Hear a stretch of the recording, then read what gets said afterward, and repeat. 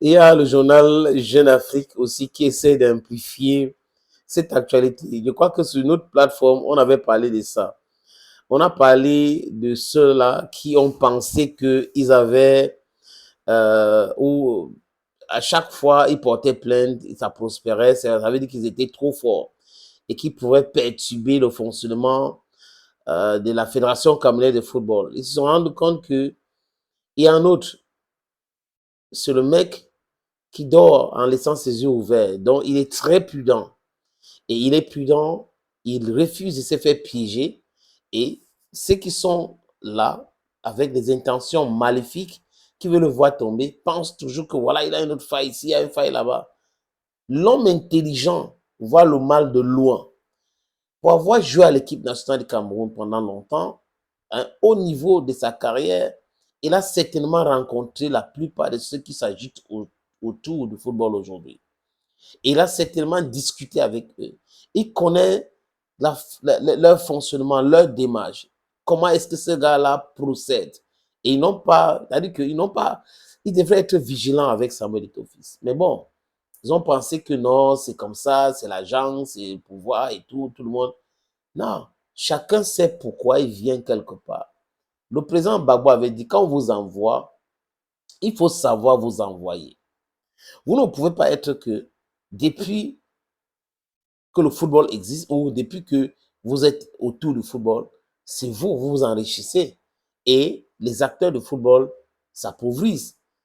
Les acteurs principaux, tels que les joueurs, ne bénéficient pas de ce football. Mais vous, vous pouvez construire des immeubles, vous pouvez construire des maisons à Ofimens, acheter des voitures Ofimens et là, voyager comme vous voulez. Mais les footballeurs sont maltraités. Quand on regarde même le passage de ceux qui s'agitent aujourd'hui en tant que président de club, ça fait pitié. Parce qu'ils ont toujours pensé qu'ils peuvent utiliser le football comme tremplin pour devenir milliardaire. D'accord, je ne dis pas non, parce que c'est du business. Mais vous ne pouvez pas faire un business que c'est vous seul qui en bénéficie et les autres non. Ça n'a pas de sens. Tantôt, il a triqué des matchs. On vous demande les preuves, vous sortez les audios en pensant que dans un tribunal, même corrompu, avec 190 millions, ça va passer. Ça ne peut pas. Parce que dans un tribunal, on peut envoyer un verdict, après il y a l'appel. Et aujourd'hui, on voit que vous avez interjeté appel. Eto aussi a interjeté appel au niveau de la CAF pour dire qu'il ne peut pas payer les 122 millions qu'on lui demande. Il ne paye pas parce que sur la base de quoi on lui demande de payer cet argent.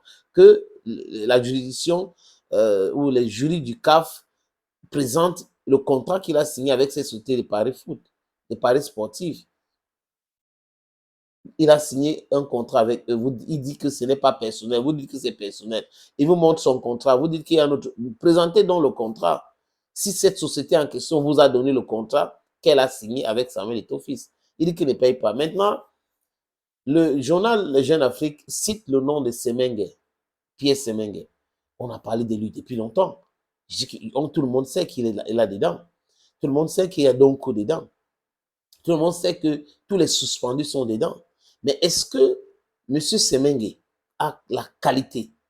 Est-ce qu'il a la qualité de parler de football, de contester les décisions prises par la Fédération camerounaise de football? Si oui, en tant que qui? Il gère quelle structure? Voilà la question. Parce que les gens ne peuvent pas se lever un matin, commencer à chercher les problèmes. Ils ne regardent pas que juridiquement, est-ce que nous sommes couverts? Est-ce que moi, Bayam Selam, de mon état, moi si, je peux me lever d'aller porter plainte contre Samuel Eto'o-Fils, président de la Fédération camerounaise de football, dans les instances sportives, la CCA, le TAS, est-ce que c'est possible? Tu perds ton temps si tu procèdes comme ça. Donc, vous êtes suspendu. Votre association ou votre ligue n'existe pas. Donc, la FECAFO ne vous reconnaît même pas. Et ça n'a pas commencé avec Eto'o, c'est avant Eto'o. Et aujourd'hui, vous venez parler de football. On conteste ici, on conteste là. C'est l'argent perdu. C'est un bataille, ou je ne sais pas comment, c'est une bataille qui est perdue d'avance. C'est un combat qui est perdu d'avance. These people, they have to put this in their mind. Hey there, friends. This is your Ikona man. This is your Ngi man. This is your Bakure man. Your Bamenda man. I'm proudly so. anglophone brother. Donc, j'ai dit ça et je continue de dire ça sans toutefois insulter quelqu'un. Vous n'avez pas qualité. Ça commence par là. Cherchez à avoir qualité pour contester quelque chose qui concerne le football. Ancien acteur de football ne vous donne pas le droit de contester les décisions prises par ceux qui sont acteurs actuels de football. C'est de ça qu'il est question.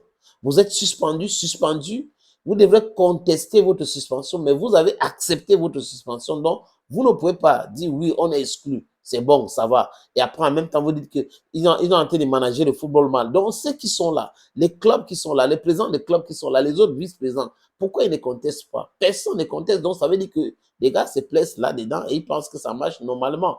Donc, vous pensez que ça ne marche pas normalement parce que vous êtes à l'extérieur. Vous allez aimer être là pour manipuler les matchs, pour bouffer de l'argent, pour. Mais comme on ne vous a pas donné cette opportunité-là, ça vous énerve. Et ça, c'est la distraction pour la distraction.